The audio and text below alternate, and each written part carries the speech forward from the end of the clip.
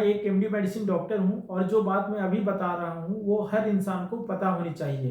जैसे कि heart attack, जिसे मेडिकल लैंग्वेज में माइकार्डियल इन्फेक्शन कहते हैं, ज़्यादातर उन लोगों में होता है जिसमें स्मोकिंग की आदत होती है, हाई ब्लड प्रेशर, डायबिटीज और कोलेस्ट्रॉल बढ़ा हुआ होता है और लगातार स्ट्रेस में रहता है या लाइफस्टाइल फिजिकली इनएक्टिव होती है। जब इन कारणों से दिल की नसें मतलब कोरोनरी आर्टरी ब्लॉक हो जाती है, तब दिल की मसल तक खून नहीं पहुंच पाता और उसी को हम माइकार्डियल इन्फेक्शन यानी हार्ट अटैक कहते हैं। इसके लक्षण ध्यान से समझिए दोस्तों। सीने के बीच भारी दबाव, दर्द या जलन महसूस होगा। सीने का दर्द बाएं हाथ, कंधे, गर्दन, जबड़े तक फैल जाता है। ठंडा पसीना आने लगता है, घबराहट और बेचैनी होती है, उल्टी या अचानक सांस फूलने लगता है। डायबिटीज वाले मरीजों में कई बार साइलेंट माइकार्डियल इन्फेक्शन होता है जिससे दर्द बिल्कुल भी नहीं होता। जब ऐसे मरीज हॉस्पिटल आते हैं, इमरजेंसी में आते हैं, तो सबसे पहले हम लोग उनका ईसीजी करते हैं और ट्रोपोनिन ब्लड टेस्ट मतलब ट्रोपटी टेस्ट करते हैं। पेशेंट को ऑक्सीजन दी जाती है अगर सैचुरेशन 90% से कम रहता है। साथ में टैबलेट एस्पिरिन 300 mg चबाकर खाने के लिए बोला जाता है। इसके साथ में क्लोपिडोग्रेल, उसे भी 300 to 600 mg 4 टैबलेट एक साथ निगलना होता है। मतलब एक टैबलेट 75 mg का आता है तो आपको 4 टैबलेट एक साथ निगलना होता है। चेस्ट पेन के लिए नाइट्रोग्लिसरीन मतलब NTG 0.4 mg सबलिंगुअली मतलब जीभ के नीचे रखना होता है। हर 5 मिनट में मैक्सिमम 3 डोज दिया जाता है अगर आपका बीपी स्टेबल हो तो।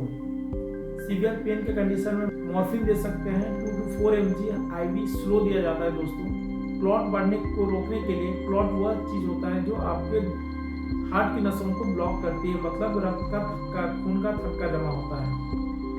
उसको रोकने के लिए हम लोग 2 इंजेक्शन देते हैं दोस्तों, एक या फिर अनफ्रैक्शनेटेड हिपैरिन या फिर दूसरा इनोक्सापेरिन देते हैं दोस्तों। इनोक्सापेरिन आपको 1 mg पर kg सबकट देना होता है। मैक्सिमम आप 2 से 3 डोज दे सकते हैं, एवरी 8 to 12 आवरली देना होता है। आपको अगर अनफ्रैक्शनेटेड हिपैरिन देना है तो आप 60 यूनिट पर kg देना होता है दोस्तों। इसे भी आप 4000 यूनिट से ज़्यादा नहीं देना होता है। हार्ट की डिमांड को कम करने के लिए हम लोग जो पहला दवा है वो है दोस्तों बीटा ब्लॉकर, जिसे कॉमनली मेटोप्रोलोल बोलते हैं। 25 to 50 mg ओरली देते हैं अगर हाइपोटेंशन, शॉक या हार्ट फेलियर पेशेंट को नहीं है तो। अगर पेशेंट टाइम विंडो में आता है मतलब with in 90 minute of heart attack, मतलब हार्ट अटैक स्टार्ट होने से 90 मिनट में अगर पेशेंट आता है तो पेशेंट को हम लोग प्राइमरी PCI यानी एंजियोप्लास्टी विद स्टेंट सबसे बेस्ट ट्रीटमेंट है दोस्तों, वही करते हैं। अगर PCI अवेलेबल नहीं है, जनरली हमारे गवर्नमेंट सेटअप में PCI अवेलेबल नहीं होता है दोस्तों। PCI कुछ ही सेंटर में अवेलेबल है। झारखंड में रिम्स में आपके अवेलेबल है, मेडिका, मेदांता या फिर पारस जैसे बड़े सेंटर है, वहीं पे PCI अवेलेबल है। उस केस में दोस्तों अगर PCI अवेलेबल नहीं है तो 12 घंटे के अंदर पेशेंट आता है तो थ्रोम्बोलाइसिस करते हैं। जो थ्रोमस होता है, जो ब्लॉकेज है, उसको हम लोग तोड़ते हैं। उसके लिए हम लोग टेनेटिव प्लेस या फिर स्ट्रेप्टोकाइनेस का यूज करते हैं दोस्तों। इसके बाद लॉन्ग टर्म प्रोटेक्शन के लिए हाई इंटेंसिटी स्टेटिन मतलब अटोरवास्टेटिन 80 mg डेली शुरू किया जाता है, चाहे कोलेस्ट्रॉल नॉर्मल ही क्यों ना हो। अब डिस्चार्ज के बाद सबसे इम्पोर्टेंट पार्ट, हार्ट अटैक के बाद इलाज खत्म नहीं होता है, असल इलाज अब शुरू होता है।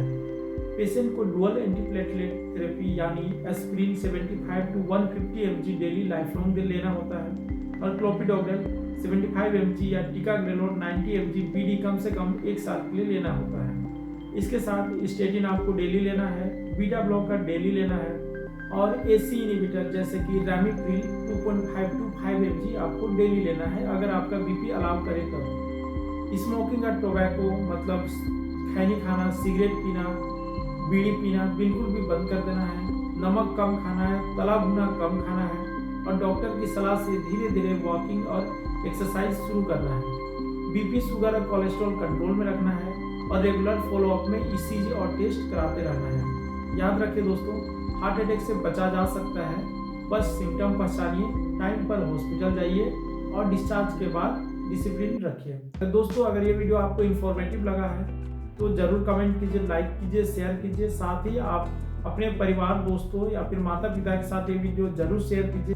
तब तक के लिए स्वस्थ रहिए, खुश रहिए और लाइक और शेयर कीजिए ताकि मैं इसी तरह से मोटिवेट होता रहूं और आपको नई नई जानकारियां देता रहूं। तब तक के लिए स्वस्थ रहिए। धन्यवाद।